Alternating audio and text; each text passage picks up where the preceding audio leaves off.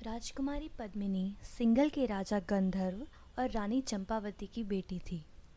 वो इतनी सुंदर थी कि उनकी खूबसूरती के चर्चे दूर दूर तक फैले हुए थे। उनके लिए एक योग्य वर का चुनाव करने के लिए राजा गंधर्व ने एक स्वयंवर आयोजित किया, जिसमें पद्मिनी की सुंदरता की कहानियां सुन के कई राजाओं ने भाग लिया। उन सभी राजाओं में चित्तौड़ के राजा रवल रतन सिंह भी शामिल थे, जिन्होंने बाकी सभी राजाओं को पराजित करके स्वयंवर को जीत लिया और राजकुमारी पद्मिनी ने भी उन्हें अपने पति के रूप में सहर्ष स्वीकार कर लिया।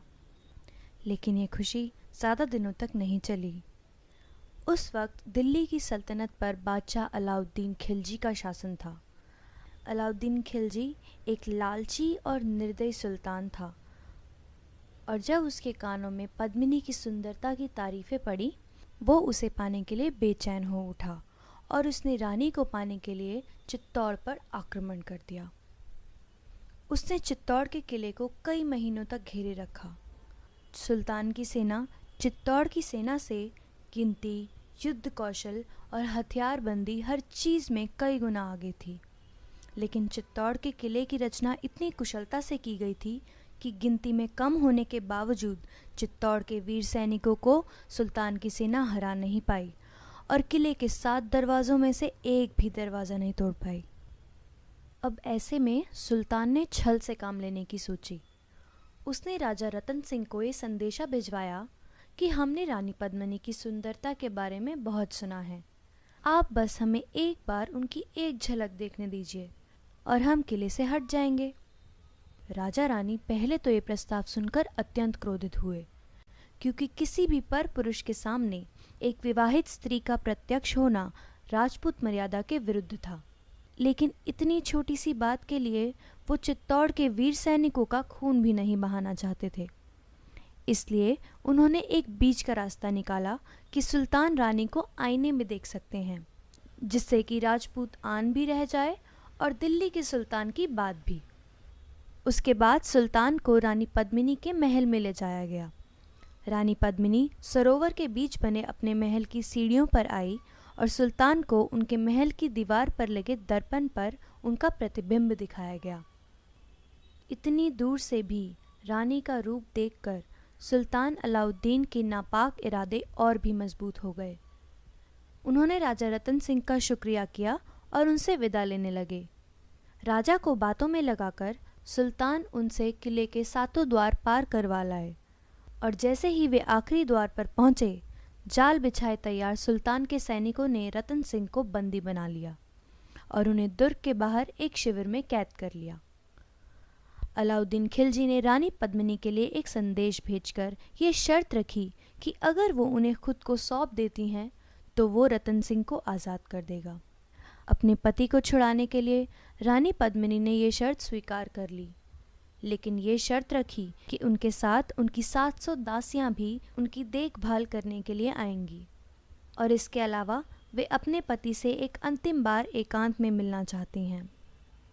सुल्तान को इस शर्त से कोई समस्या नहीं थी, लेकिन वो ये नहीं जानता था कि रानी की दासियों के वेश में चित्तौड़ के छटे हुए सैनिक 700 पालकियों में स्त्री के वेश में बैठे थे और हर पालकी को उठाने का काम भी वीर सैनिक ही कर रहे थे।